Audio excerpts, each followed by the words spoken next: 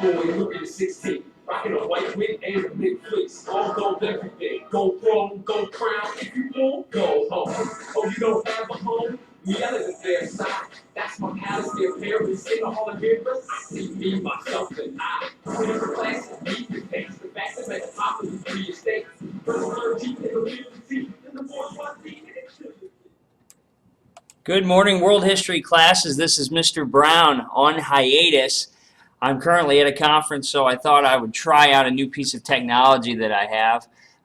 We are testing out the ability to take notes while I'm not here in the building. So you guys are my guinea pigs, and we're going to see how this goes completely. We are starting a new unit. You should have just listened to my favorite rap song, or at least my second favorite rap song, after the Global Exploration rap song that we listened to earlier in the year. We are starting a new unit over the French Revolution, and you should all have your note packets in front of you. Now, as you all should understand, it's important to look back on things that we've covered in the past and to have a bigger sense of why we are studying certain topics. And yes, we are looking at the French Revolution. I know we recently just had a snow day, so you've probably forgotten a lot of everything that we have discussed. But it's important to look back at where we are coming from to be able to understand where we are going. Now, if you remember, towards the end of last semester, we spoke very, very heavily about the age of absolutism. And in the age of absolutism, there were absolute rulers, kings and queens, monarchs that ruled over nation states in Europe, and they had absolute unlimited power.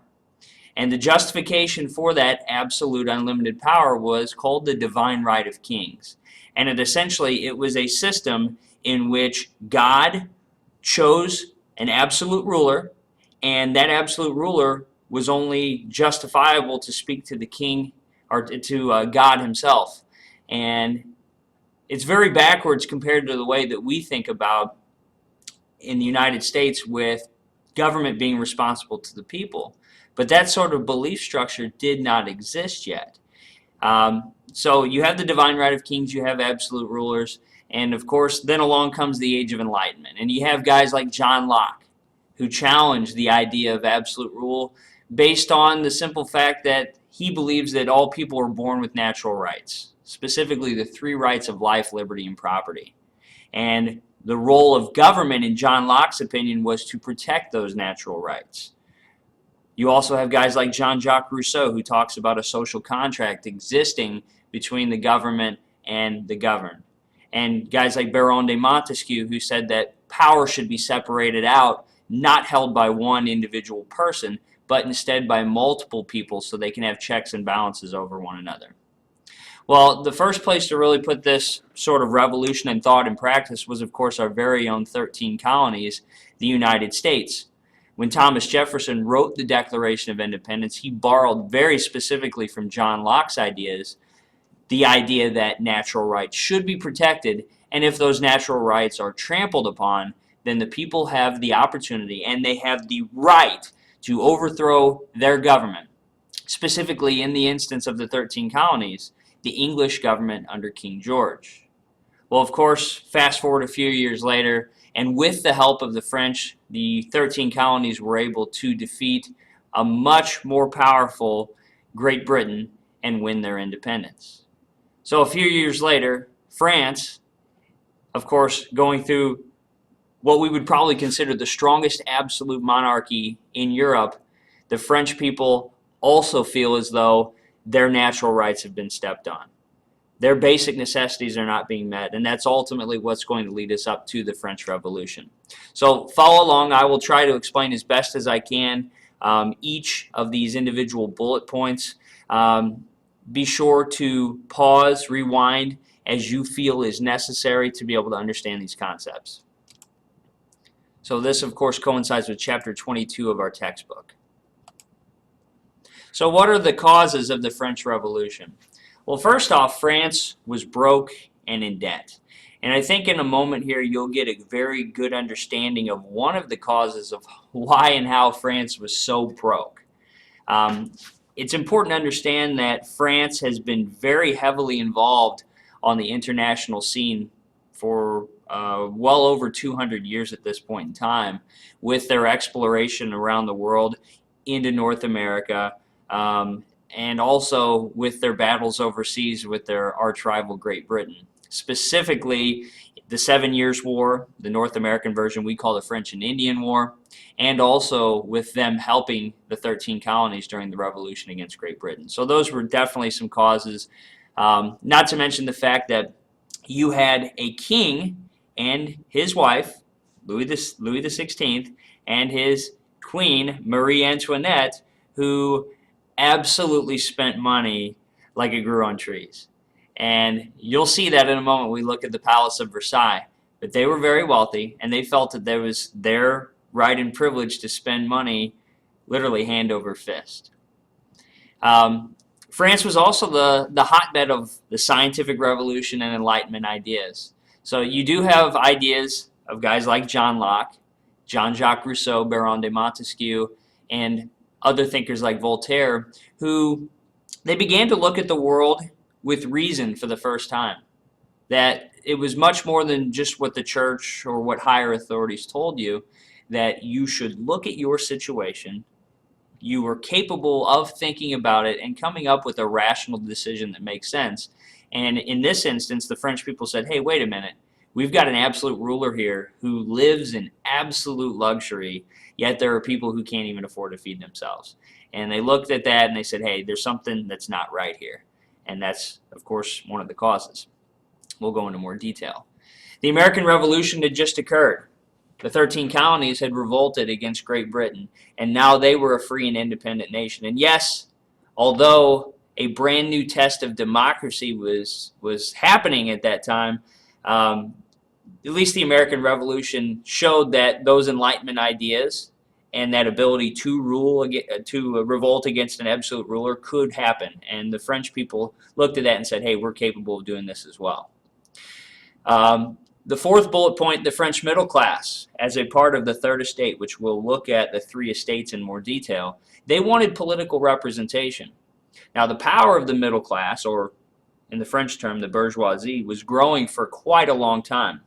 They had become one of the most influential groups of people in French society due to their ability in terms of money. Okay, they were the merchants, they were the businessmen, they were the lawyers, they were the teachers. You name it, if you had a professional job, you were considered a member of the middle class. And finally, poorer people, also members of the Third Estate, faced food shortages. They faced high taxes. They faced a lower income than almost anybody else. And of course, they had no say-so in government. So you're going to have all of these basic conditions that will lead up to what we refer to as the very complex situation of the French Revolution. Just take a moment and look here at King Louis XVI and his lovely wife, Marie Antoinette, who was actually Prussian. She spoke German as her primary language, which was, of course, as you should know, it's very common for absolute rulers, for kings and queens in Europe to marry from other countries. It was for multiple reasons, connections and making alliances and all of that. But take a moment and look at what they're wearing here. I mean, you can see these elaborate paintings of the very detailed clothing. And of course, this wasn't just their only piece of clothing that they had. They had wardrobes full, and they had attendants that waited on them nonstop. And they lived in this elaborate palace called Versailles, and all of this, of course, was paid for by tax dollars from the French people. And you can see some photographs here on the next slide of the Palace of Versailles. It's an absolutely unbelievable place. This is the Hall of Mirrors. You can see in this particular location. They call it the Hall of Mirrors. It's gilded, painted in gold. There's chandeliers hanging everywhere. This, of course, will later on be much more famous as well with the Treaty of Versailles that will conclude World War I. It will be signed in the Hall of Mirrors. Here is an exterior shot of the Palace of Versailles with the gardens. Now, the gardens themselves are very unbelievable with the detail. And you can see this here. There is literally a staff that would have to be kept to be able to keep up this sort of garden anywhere in the world. The exterior front, and of course the interior, and you could see the elaborate things everywhere. Look at the painting, the detail, the cornices here that are located along the edges and everything else. There was a lot of money that was spent here. So yes, the Palace of Versailles, the elegant way to spend French tax dollars. Well, of course, you have people who literally cannot afford bread, and that's a problem. So to understand this whole situation, it's important to understand how French society was divided up at this time. Of course, at the top in this absolute system is the king, Louis XVI. And he is from a long line of absolute rulers that have consolidated their power over time and have developed this absolute society. And guys like him, they felt that they were literally above everybody else. Now, however, there were special privileges that did exist. And those special privileges existed for the groups known as the First and Second Estates. Now, you'll notice that the First Estate here, you would think nobility, but it's actually not made up of nobles. Instead, it's made up of those who were members of the Catholic clergy. So at the top, you have your archbishops and bishops. You have the abbots that run the abbeys, the training centers for the nuns, and the priests. And you have the priests, you have the nuns. They were all considered members of the First Estate.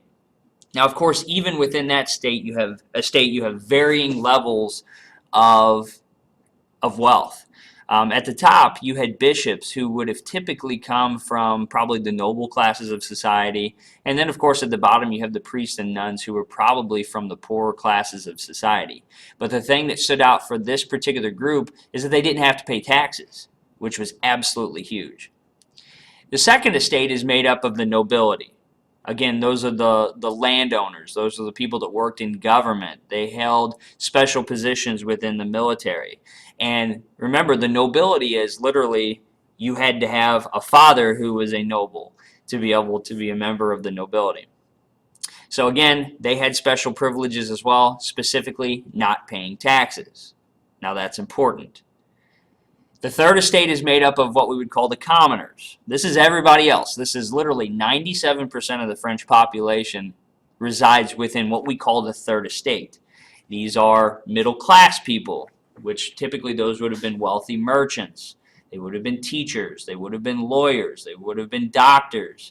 Anybody that had an education of any type, anyone that was considered a professional, who had a specific set of skills that didn't really have to work with their hands, those are the middle class people. And they were the group of people that were well educated.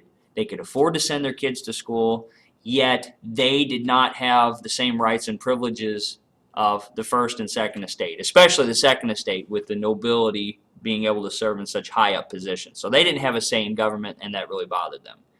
The next group within the Third Estate are the artisans.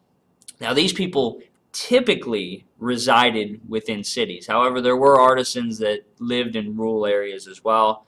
Artisans, these were the skilled craft people. These were your glass makers, your brick makers, any type of construction type workers. You could consider bakers or brewers as artisans. These were people that had special skills. Think along the lines of today of an iron worker, or maybe a pipe fitter or a union electrician. That's who these guys were. They made good money. They worked with their hands. They had a certain education to them. They were skilled in a certain area. And then at the bottom, you have what we would refer to as the peasants. In the rural areas, these would be your farmers. They most likely would not have owned their own land. They wouldn't have had the money for that.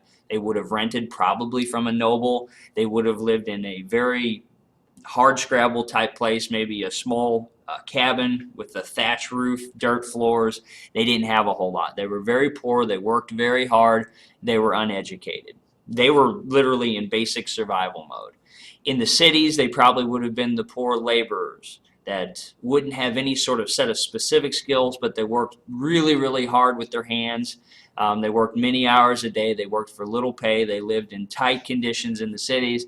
And again, the same sort of deal. They were looking out for their basic necessities, making sure that they had shelter over their head, food